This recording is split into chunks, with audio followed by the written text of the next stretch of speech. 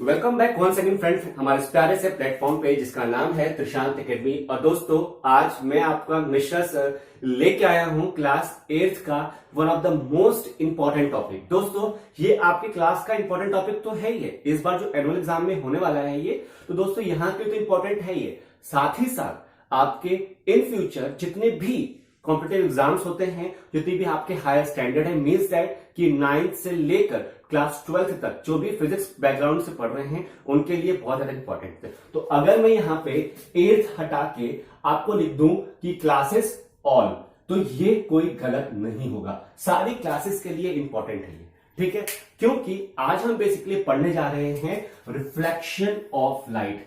आज हम क्या कवर करने जा रहे हैं? Reflection of light. आज हम बेसिकली ये पढ़ेंगे कि कैसे कोई सोर्स ऑफ लाइट से कोई ऑब्जेक्ट पे वो लाइट पड़ती है और कैसे हमें दिखती है। हमने पढ़ा था ना पिछली बार कि कैसे लुमिनियस और नॉन लुमिनियस ऑब्जेक्ट्स में क्या डिफरेंस है। तो बेसिकली आज हम नॉन लुमिनियस ऑब्जेक्ट्स को ध्यान रखते हुए ये बताएंगे आपको कि कैसे लाइट हमारे पास तक पहुंचती है। देखिए, सबसे पहले आपको ये वर्ड समझना चाहिए कि रिफ्लेक्शन क्या है, क्योंकि दोस्तों ये बेसिकली टॉपिक है वो इंपॉर्टेंट इसीलिए है क्योंकि यहां से आप कवर करने जा रहे हैं इमेज फॉर्मेशन। ठीक, आप पढ़ने जा रहे हैं स्नेल्स लॉ, ठीक है, जिसको हम कहते हैं लॉ ऑफ रिफ्लेक्शन। ठीक है, लॉ ऑफ रिफ्लेक्शन ये भी पढ़ने जा रहे हैं साथ साथ में। ठीक है, टाइप ऑफ रेज, ठीक है, टाइप ऑफ रेज, ठीक है, ये भी पढ़ने जा रहे हैं। दोस्तों सोचिए, एक टॉपिक से आप एक टॉपिक कवर करने जा रहे हैं तो बहुत ज्यादा इंपॉर्टेंट है। सबसे पहले दोस्तों टॉपिक स्टार्ट करने से पहले आप एक इमेजिन कीजिए चीज को।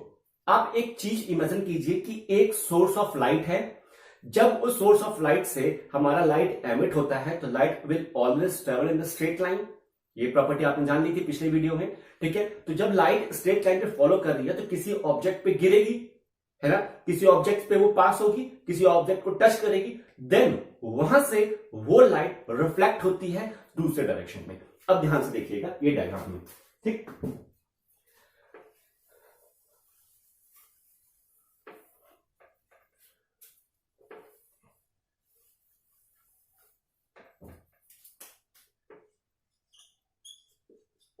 रिफ्लेक्शन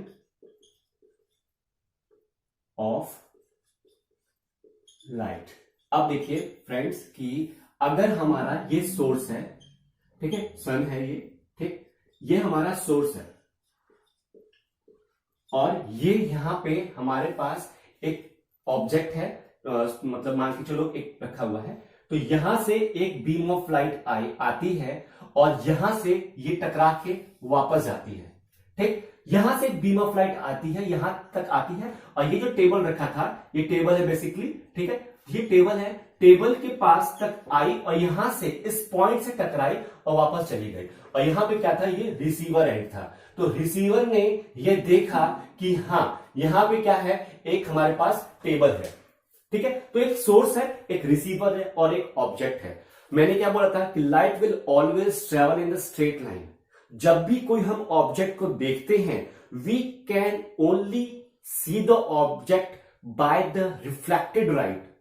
हम कोई भी ऑब्जेक्ट को देखते हैं तो वो हम रिफ्लेक्टेड लाइट से देखते हैं। क्यों? क्योंकि वो ऑब्जेक्ट लुमिनियस नहीं है, वो ऑब्जेक्ट नॉन लुमिनियस है। और दोस्तों एक फैक्ट और है कि हम लाइट अगर लुमिनियस, मतलब लाइट अगर लुमिनियस ऑब्जेक्ट से एमिट हो रही है, when the light are emitted from the luminous objects, during the emission of the light we can't see that objects। क्या आप सूरज को देख पाते हो?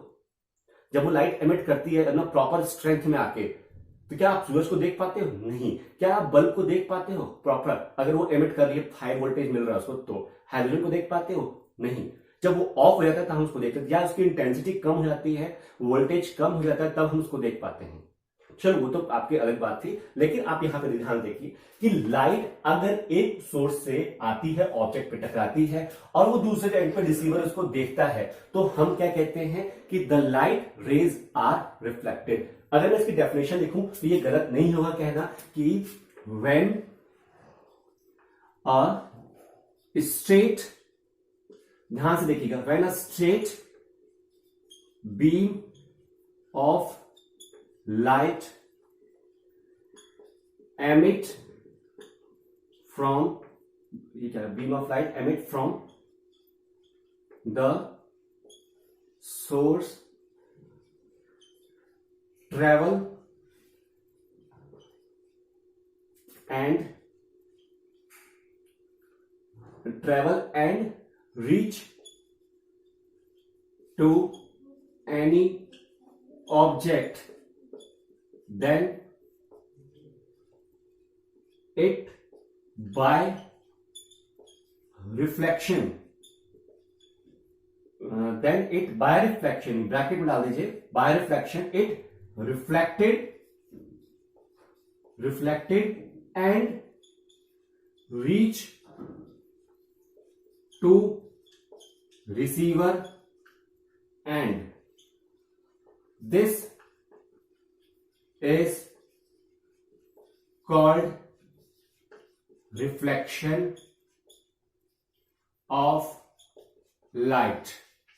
समझ में आया? मैं आपको फिर से समझा देता हूं एक बार कि when a straight beam of light, ध्यान से आप एक एक साइंटिफिक चीजों को भी मेंशन करते रहेगा तो डेफिनेशन आपकी और अट्रैक्टिव लगेगी. देखिए, when a straight beam of light emit from the source travel and reach to any object, then it by reflection reflected and reach to the receiver end. This is called a reflection of light.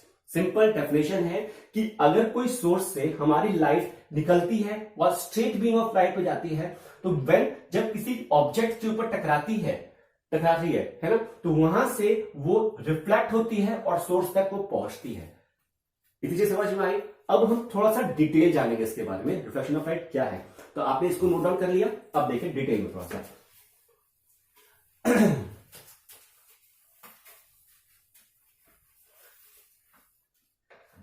देखिए, होता क्या है कि एक मान लीजिए एक हमारे पास ये सरफेस है, यहां से लाइट आई और यहां से टकराई और ये चली गई. ठीक, अब हमारे पास दो चीज है. पहला, एक होती है जो लाइट आ रही है ओरिजिनल लाइट, और एक होती है जो लाइट टकरा के गई. टू टाइप की लाइट हुई. तो जब ये लाइट आ रही थी तो इसका कुछ नाम होगा. इसको कहते हैं हम इंसिडेंट रेज. Incident ray. और इसको कहते हैं हम, ये आई से इंसिडेंट हो गया और आर से रिफ्लेक्टेड हो गया. ठीक है, तो ये हो गया रिफ्लेक्टेड रे. अब आपको अगर मैं डेफिनेशन बोलूं कि इंसिडेंट रे और रिफ्लेक्टेड रे में क्या अंतर है, तो आप बस एक ही लाइन कहोगे कि when the beam of light are emitted from the source touch the object, then that straight light is known as the incident ray of light. ठीक, पहला. और when the beam of light when interacted with the object get reflected and reach the receiver end, then that beam of light is known as the reflected beam of light. यहां से समझ में आया? तो दो आपके बीम ऑफ लाइट हो गए. अब फ्रेंड्स ये बताइए कि अगर मैं आपसे ये पूछ दूं कि जो incident beam of light objects पे आ रही है वो कितना एंगल बना रही है, उसका एंगल क्या है, वो सोर्स मतलब किस बेसिस पे आ रही है. दोस्तों, हम क्या करते हैं, यहां से एक नॉर्मल क्रिएट करते हैं. ठीक, ये नॉर्मल क्रिएट किया तो नॉर्मल से क्या हुआ कि ये एक सर्टेन एंगल बनाएगा और एक ये सर्टेन एंगल बनाएगा, है ना. तो हमारे पास आता है एक और टर्म जिसको हम कहते हैं एंगल ऑफ इंसिडेंस, और एक होता है एंगल ऑफ रिफ्लेक्शन. ठीक, दो एंगल बनते हैं हमारे पास. ठीक है, और ये कैसे बन रहा है, क्योंकि ये क्या है हमारे पास नॉर्मल है. नॉर्मल, ठीक है, ये हमारे पास नॉर्मल होता है. कैसे नॉर्मल क्रिएट हुआ कि ये जो ऑब्जेक्ट है ना, इसके ऊपर ये नॉर्मल हमारा 90 डिग्री पे क्रिएट होता है. हम स्ट्रेट लाइन पे इसको ड्रॉ करते हैं. ठीक है, तो हमारे पास दो बेसिकली आता है, ये होते हैं इंसिडेंट रे, ये होता है रिफ्लेक्टेड रे, ये नॉर्मल है. तो नॉर्मल से जो इंसिडेंट रे हमारा एंगल बनाता है तो इसको कहते हैं हम एंगल ऑफ इंसिडेंस. तो आप इसको कैसे डिनोट करते हैं, इसको ऐसे डिनोट करते हैं, ये एंगल आई. और ये होता है, ये वाला एंगल क्या कहलाएगा, ये होता है एंगल ऑफ रिफ्लेक्शन, ये होता है आर. ठीक है, तो जब भी कोई हमारा सोर्स से लाइट आती है तो होती है इंसिडेंट रे, और नॉर्मल से आपके पास मतलब ये पॉइंट ऑफ इंटरेक्शन से ये जब रिफ्लेक्ट होती है तो कहती है रिफ्लेक्टेड रे, और उसके बाद ये जो एंगल बनता है ये होता है एंगल ऑफ इंसिडेंस और ये होता है एंगल ऑफ रिफ्लेक्शन। तो अब हमारे पास जो मैं आपको बता रहा था कि law of reflection, law of reflection क्या कहता है कि हमेशा हमेशा angle of incidence will always equal to angle of reflection. हमेशा हमेशा एंगल ऑफ रिफ्लेक्शन और angle of incidence is equal to the angle of reflection. ठीक है, एक मिनट मुझे दीजिए।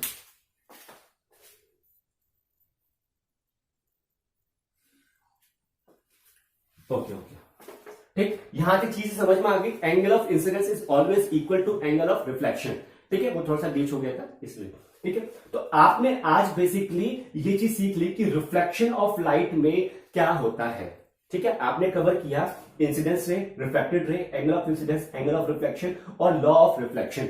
अब मैं आपको डिटेल में बताऊंगा आगे के वीडियो में कि अगर हमारा ये जो रिफ्लेक्शन हो रहा है वो कैसे होगा, प्लेन मिरर होगा तो क्या होगा, और आपके स्फेरिकल्स मिरर होंगे तो क्या होगा। ठीक है, डिटेल में हम उसे पढ़ेंगे। तब तक आज के लिए इतना ही। आप रिवीजन कीजिए, डिटेल में एनालिसिस कीजिए। अगर इनमें से कोई टॉपिक समझ में नहीं आ रहा हो, डेफिनेशन नहीं समझ में आ रही हो, तो आप कमेंट करके मुझे बताइए, मैं आपको वहां पे मेंशन कर दूंगा।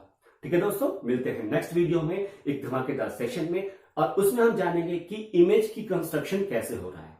ठीक, तब तक के लिए उसका रिवीजन कीजिए। Bye bye.